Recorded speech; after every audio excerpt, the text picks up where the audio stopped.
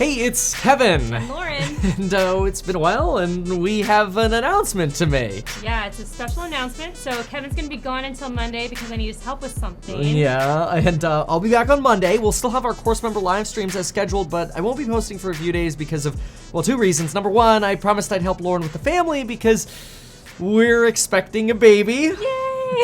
I'm not the pregnant one, though. It's a whole story. Yeah, there's a story to that. We'll get into that, but a quick reminder, it is May 10th, which means the prices on those programs below, lifetime access, best price guarantee, $120 price increase for the AI productivity course going live June 1.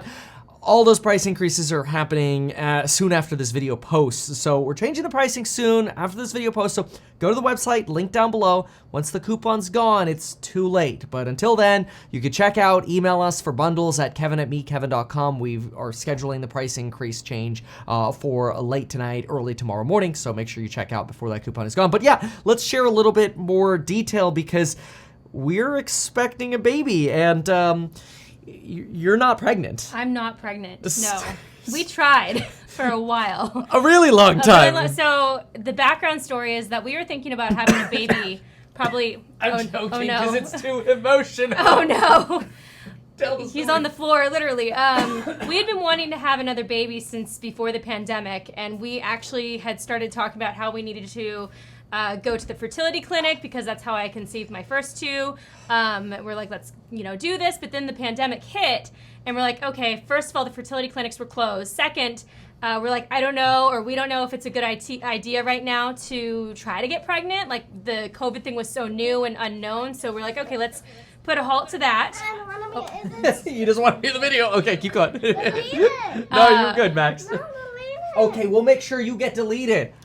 Anyway, so we put a halt on that, and we had been trying to, do it without the fertility help while the clinic was closed and everything like that. Then once it opened up again, we did a few rounds of IVF, and I got my eggs extracted because other routes that had worked prior were no longer working. So we're like, we got to be more aggressive. We had a lot of failures, just put it that way to not, have so many details, but a lot of failures that basically... Wasn't my fault. No, it wasn't his fault. It's not my fault either. We tried the power-up stars. But ultimately, we decided that we needed to be really, really aggressive. That's literally a quote from the way nature works sometimes. Our doctor said we had to be super aggressive if we wanted a baby. And so we thought, okay, let's get really aggressive. And we decided to go down the surrogacy route. And we found an amazing surrogate that I couldn't be more happy with. And she is pregnant. And we have some ultrasound pictures, which we'll put up on screen here. And what we're hoping is that people can check out the ultrasound picture here and guess the gender, and as well as maybe leave some suggested names down below. We're pretty excited, and we'll, I think maybe in a week or two, once we're ready to reveal gender, we'll do so. What do you think? So with IVF and every egg retrieval, we do know a lot about every individual egg that's in the freezer currently, and the baby that we are expecting, we know a lot about it. So we do know the gender. We know a lot of background for chromosomal issues or lack thereof, things like that, which is super cool. That's a huge perk with IVF. And yeah. So do you still have to do that, like? Amniocentesis or whatever it's called at 18 weeks where they stick that long needle in to test That's it? only if you are determined through blood work or whatever that there is a reason to do that. That's like an abnormality or something. Yeah, you don't do that just like... But you wouldn't do that because now with IVF and basically, I guess, science, you already know you don't have those sort of abnormalities.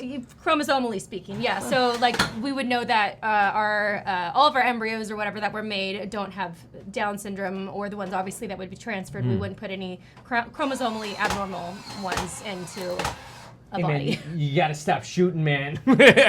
So I guess the question then is this actually your baby? Are you actually the mom? Yeah, so that actually was a funny discussion, which I know there's a language barrier with your dad, but he was a little confused at first about like how you maybe needed to go over to the surrogate where she lives and like get the job done, even though that's not it at all. These are completely mine and Kevin's kids that are in the freezer and the one that is in the surrogate. So they're petri dish babies. They are. So they are both our genes that were, made in a petri dish. But it is really interesting because we've never been down that road before. We used to do just fertility like meds or whatever for the two babies that we have now, Max and Jack. Well, they're not babies actually anymore. Really realized after our years-long struggle that what I had to go through with Jack and Max to conceive was relatively pretty easy and painless.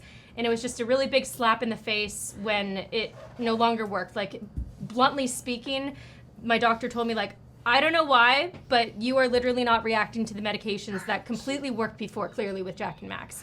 So it just kind of twirled us around in our world, and we're like, okay, we have to reevaluate. Because we want an army of children, and we want to provide an awesome life for the children, and we, if you can't have more because all of a sudden the medicine that used to work isn't working anymore, you need to change routes. Got to try something different. You got to flip-flop on the medicine. So we flip-flopped on medicine, and knock on wood, this seems to be working now, which is really exciting. We're already almost past the first trimester, which is the scary one, right? Yeah. So in, I think, a couple weeks. What are we at, 11? We're at 11 and a half. Yeah. Wow, that's really cool. Yeah, so that's the update here. We'll have some more meat X, fill in the blank children at some point. Hopefully many in the future, but we'll start here. Yeah, I would like to actually both genders, because we're not revealing the gender right now, but I would love to see name recommendations.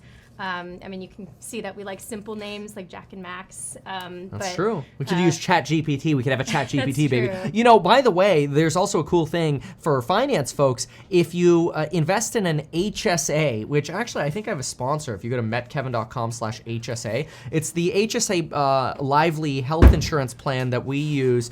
It's a health savings account. And we actually funded it back when we had a high deductible health plan when we were younger. And what's cool about that is they actually let you tax-free spend money from that HSA account on surrogacy or fertility. So what I did in like 2016 is I put like $6,000 into Tesla for each of us. And that's worth like $100K each now, which now we get a tax, then we got a tax deduction for contributing. And now we could take that money out tax-free and use it for surrogacy. So it's like a double, triple tax benefit. It's like mind-blowing, because ordinarily you'd have to earn money, then pay taxes, and then what's left you pay for surrogacy. So the fact that we could use an HSA is a godsend. You could grow that. I mean, look into the rules of an HSA. Even though I'm a financial advisor, I'm not an expert on HSAs. I just know this is awesome. So study that yourself. Go to metkevin.com/HSA. Paid sponsor, yes, but hey, I figured this is a very appropriate video because it's literally what we did, you know. So anyway, thank you so much for watching this. Please share some name suggestions. This is very exciting, but also kind of nerve-wracking because we are also not with the baby right now, which is weird because it's like we see an ultrasound of a kicking baby and a heartbeat, but we have not ourselves heard it yet. And it's kind of like, I wish it were right here. Like the prior to, and I know you do too. If we could, we would have. But this was either no baby, or surrogate. And so we chose baby, and hopefully that's understandable. Yeah. Thanks for watching, and check out the links down below, HSA, and then also, of course, coupon expiration, link down below, massive price increase, and I will be back on Monday. For course members, I will be here for Thursday and Friday, and then our Elite Hustlers AI group on Saturday. Thanks so much. We'll see you on the next one, and please leave some comments encouraging Meet Lauren to post again. When are you gonna post again? I don't know, maybe if a baby comes, I'll have some more content. Oh, cliffhanger. We'll see you soon. Bye. Now, I want you to know this. When it comes to AI, time is what's going to make you money. And if you can prove that value to an employer, you'll always be able to be employed. So this is another way of making sure that you don't get replaced